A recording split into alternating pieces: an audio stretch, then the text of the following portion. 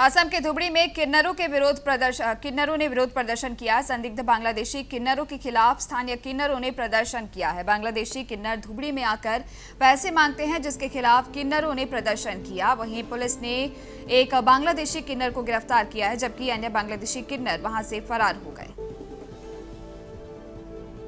বাংলাদেশী হিজৰা উপা এজনীক আমি লৈ আহিছোঁ আৰু বাকীকেইটা পলাই গৈছে, ধৰিব পৰা নাই। আমি থানাত আহি কিনে দিছোঁ, থানাৰ পৰা আমাৰ একো একশ্যন লোৱা নাই, একো আমাৰ ফালৰ পৰা আমাক সুবিধা কৰা দিয়া নাই, আমাৰ সুবিধা দিয়া নাই, আমাৰ একশ্যন লোৱা নাই। আমাৰ সিহঁতৰ একশ্যন ল'ব লাগে, আমাক অফিচাৰে ওলাই দিছে। আমাৰ একো আমাৰ মানে যোনটো আমি এটা এজাহাৰ দিছোঁ, এজাহাৰটোৰ কোনো মূল্যই নাই। মানে আকৌ এইটো বাংলাদেশীৰ লগত থাকে, তাহাঁতৰ লগত আৰু ২-৩জনী আছে, এইকেইটা পলাই গ'ল। আকৌ আমি থানাত দিছোঁ, থানাৰ পৰা আমাক কোনো মানে গুৰুত্ব দিয়া নাই। আমি মানে গম পোৱা মতে আমি ধৰক এটা ব্যৱসায় কৰি আছোঁ আজি 10 বছৰ ধৰি, আৰু আমাৰ মাজত এজন 2-3জন কিন্নাৰ আছে, তেখেতে বাংলাদেশৰ আমি গম পাইছোঁ। গম পাই পেলাই আমি একশ্যন লৈছোঁ। আমি কালি ৰাতিপুৱা FIR লিখিব দিছোঁ, ৰাতিপুৱা FIR লিখি DSP ছাৰৰ ওচৰত গৈছোঁ। তাৰপৰা আমাৰ একশ্যন লোৱা হৈছে।